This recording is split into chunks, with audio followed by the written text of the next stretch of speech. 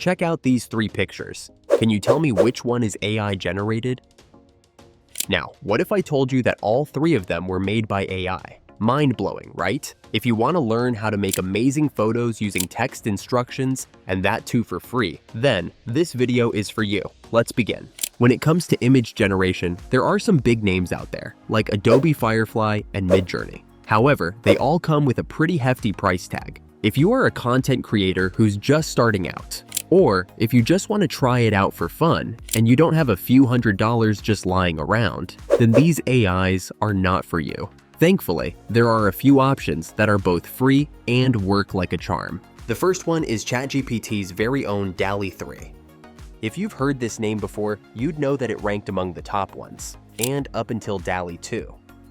It used to be a paid AI, but with their latest iteration, you can access and use it for free. Another bonus point is that you don't have to make another account. You can just log into your GPT account and use it right from the ChatGPT chat. Once you are here, all you have to do is give it a prompt to generate an image. For example, if I want a picture of a monkey holding a banana while riding a bicycle, I'll type that in the chat box. After a few seconds, the image we had requested will be generated.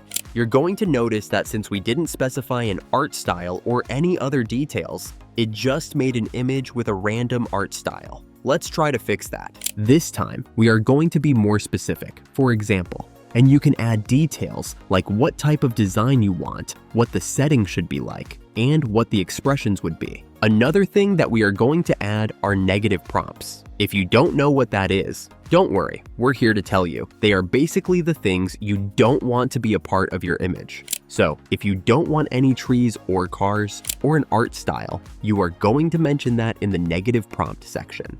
So let's enter our new prompt. As you can see, the results this time around are much better, but we can improve it even further. And for that, there are two methods.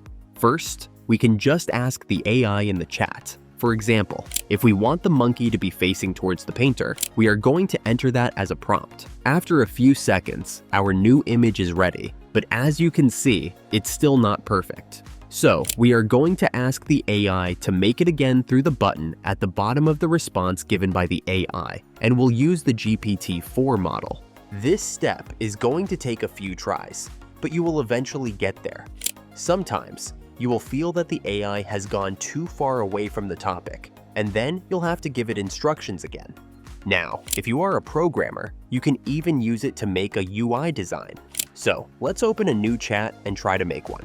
Suppose that you are developing an app and you need icons. Instead of browsing for hours on the internet for something you like, you should try asking the AI to make it for you.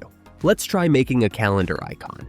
First, let's ask the AI just to generate an image of a calendar icon. While it is still good, we can improve it. So, just like last time, let's try to improve our prompt. We can ask it to use a minimalistic design, have a clear background, and describe the colors we want. After going back and forth with the prompt, we got the icon that we wanted.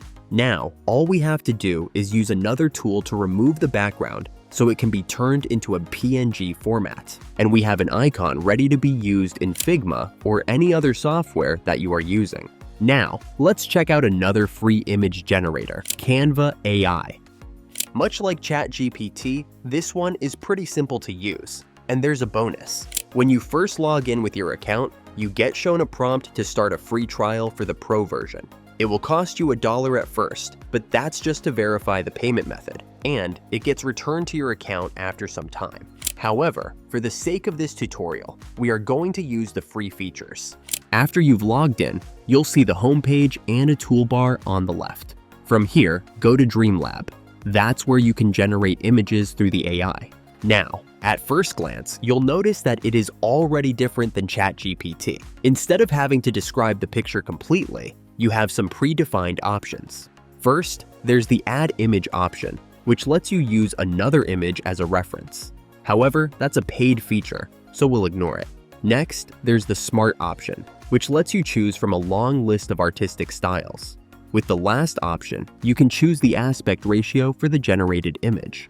For the style options, we are going to Smart, and we'll keep the aspect ratio to 16.9. Now, when we enter the same prompt that we gave to ChatGPT, the results are quite different. and, in my opinion, much better. If we want it in a different style, say we want it to be more realistic, all we have to do is just change the style and nothing else, and click on the Create button. If we want it to be more realistic, we can just select the ray traced style, and there you go, a realistic picture in no time.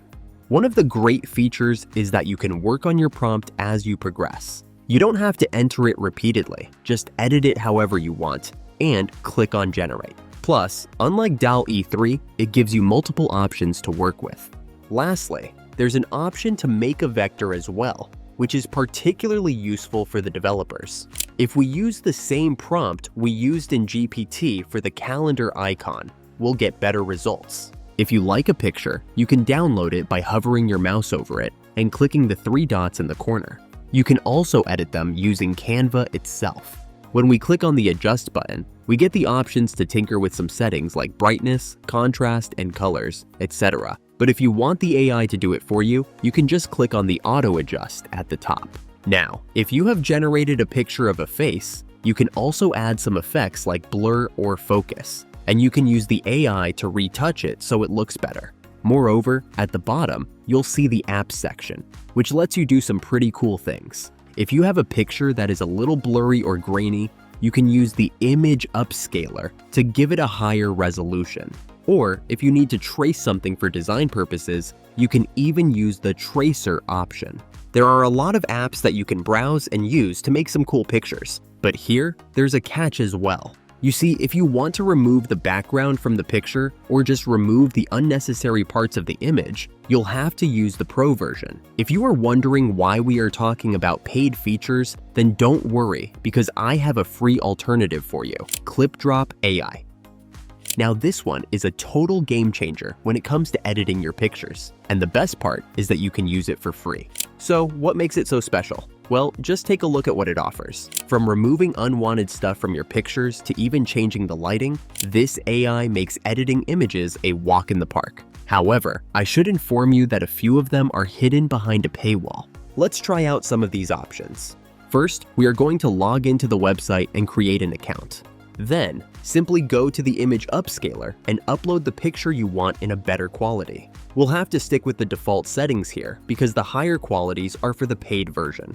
Once you've uploaded the image, simply click on the Upscale button and let the AI work its magic. Now, we used a pretty low quality image, but the AI made it much more visible. If you want, you can download it again and run the upscale again to see if it makes your image even better. Next, you can also use this AI to reimagine other pictures. So, from the Tools click on Reimagine, and you'll see an option to upload an image. Let's see how it reimagines the monkey picture that we got from Canva. The results might be crazy sometimes, but keep in mind that it uses an AI-generated image. Still, it can give you new perspectives and an option to clean up imperfections through the eraser button at the top. Here, you can use the brush to remove the parts that you don't want in your picture. If it misses something on the first try, then you can highlight it again and ask it to clean the image. Moving on to the coolest feature, Relight. This advanced AI lets you add more light sources to your picture and also identifies the geometry of the object in the image. What does that mean?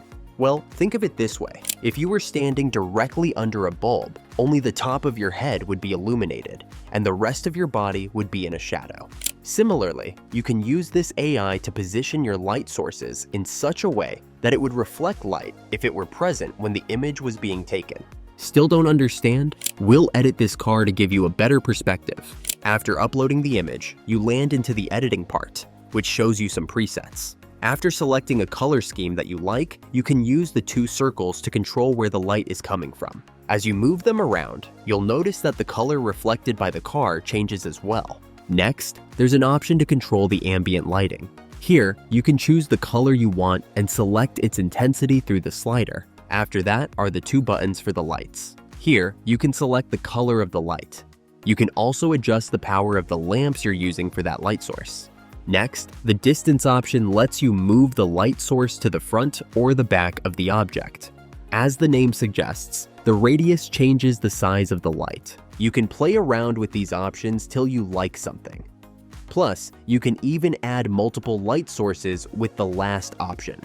Once you are done, just simply click on the download button, and you are ready to post it wherever you want. That's it for this tutorial. What crazy images are you going to generate? Will you use the relight feature to do some artificial product photography? Let us know in the comments below, and make sure to subscribe for more amazing tutorials like this one.